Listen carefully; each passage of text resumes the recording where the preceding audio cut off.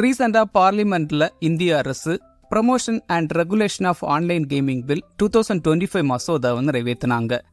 இந்த மசோதாவோட சிறப்பம்சமே எல்லாவித ரியல் மணி கேம்ஸையும் நிரந்தரமா பேன் பண்றது. குறிப்பா online rummy, dream 11, my 11 circle, MPL மாதிரி கேஷ் பே பண்ணி ஆன்லைன்ல விளையாடுற எல்லா விளையாட்டையும் தடை பண்றதுக்காகத்தான் இந்த மசோதா நிறைவேற்றப்பட்டது.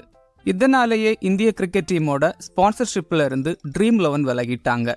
BCCI கூட டொயோட்டோ மோட்டார்ஸ் கூட ஸ்பான்சர்ஷிப் டீல் பண்ண போறதா நியூஸும் வந்துட்டு இருக்கு.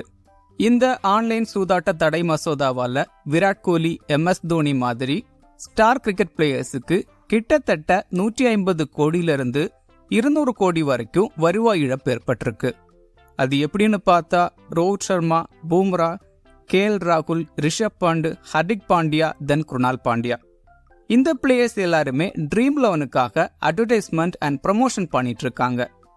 தென் Shubman Gill, Mohammed Siraj, Jaiswal, Ruturaj Gaikwad, Rinku Singh and Sourav Ganguly my 11 circle கூட அக்ரிமெண்ட் போட்டிருக்காங்க. தென் விராட் கோலி MPL கூடயும் MS தோனி வின்சோ ஸ்போர்ட்ஸ் கூடயும் அக்ரிமெண்ட் போட்டிருக்காரு. ரீசெண்டா கிரிக்பஸ் வெளியிட்ட ரிப்போர்ட் படி விராட் கோலி ஒரு வருஷத்துக்கு 10-12 கோடி வரைக்கும் இந்த அக்ரிமெண்ட் மூலமா ஏர்ன் பண்றதாவும், ரோஹித் சர்மா தென் MS தோனி 6-7 கோடி வரைக்கும் ஏர்ன் பண்றதாவும் சொல்லியிருக்காங்க. மற்ற பிளேயர்ஸ் பொறுத்த வரைக்கும் 1 கோடி வரைக்கும் ஏர்ன் பண்றதாவும் சொல்லியிருக்காங்க. இந்த ஆன்லைன் சூதாட்ட தடை சட்டம் கொண்டு வரப்பட்டதால இந்தியா கிரிக்கெட் பிளேயர்ஸுக்கு கிட்டத்தட்ட 150 கோடியிலிருந்து 200 கோடி வரைக்கும் வருவாய் இழப்பு ஏற்படும் அப்படின்னு சொல்லியிருக்காங்க.